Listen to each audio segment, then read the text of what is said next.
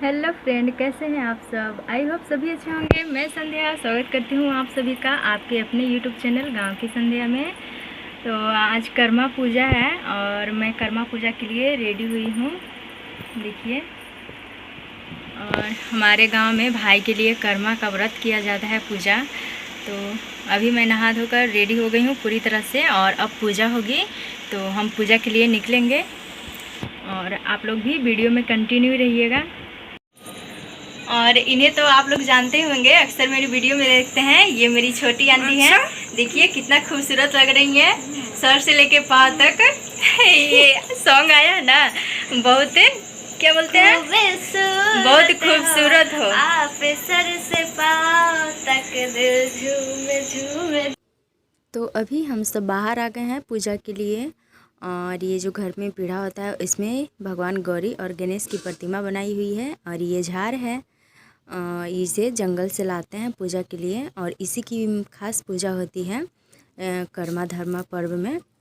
और जो प्रतिमा बनाई हुई है भगवान गौरी गणेश की, ये देखिए कितनी अच्छी हाथ की कलाकारी है ना।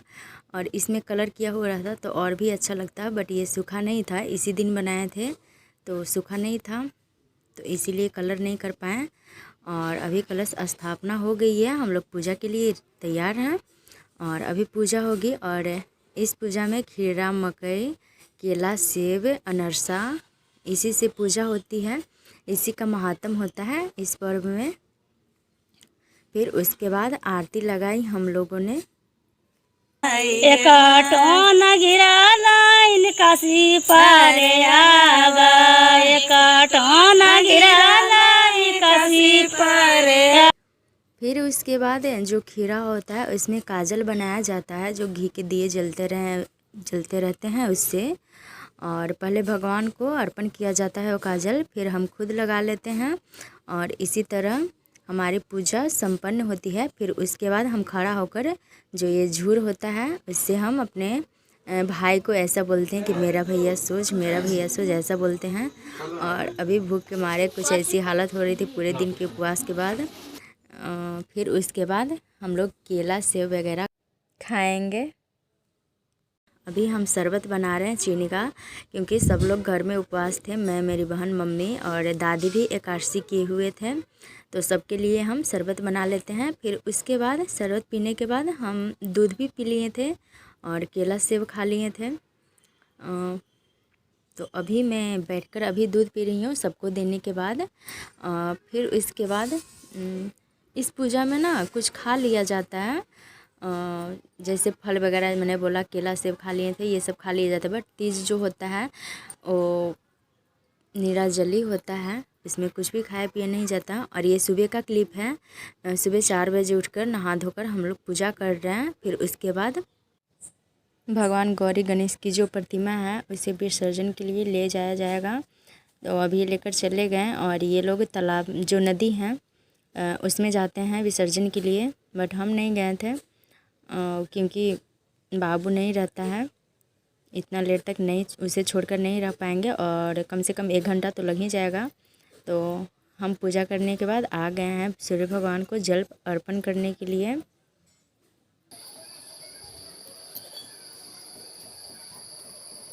और देखिए अभी काफ़ी अंधेरा अंधेरा सा लग रहा है चारों तरफ, क्योंकि अभी 5 ही बजे थे। फिर उसके बाद मैं जा रही हूँ नेनुआ का पत्ता लाना है, जो परोड़ होता है उसका पत्ता।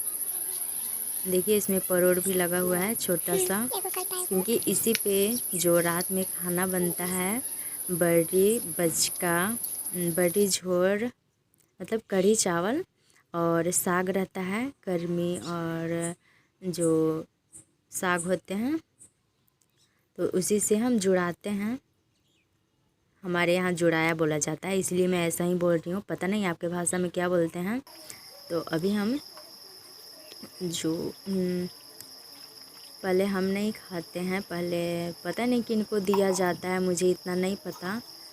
तो हम लोग मम्मी को देखते हैं गिराते हुए, तो मम्मी बोल दी थी कि गिरा देना तुम दोनों बहनें, तो हम गिरा दिए हैं।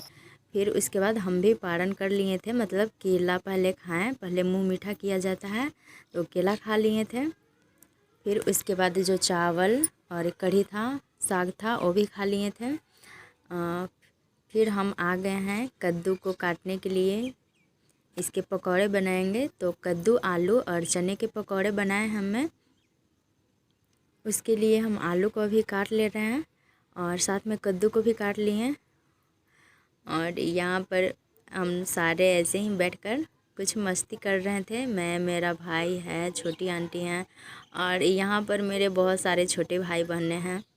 और अब मैं जल्दी यहाँ से जाने वाली हूँ अपने ससुराल में, और वहीं का ब्लॉग आप लोगों को देखने को मिलेगा।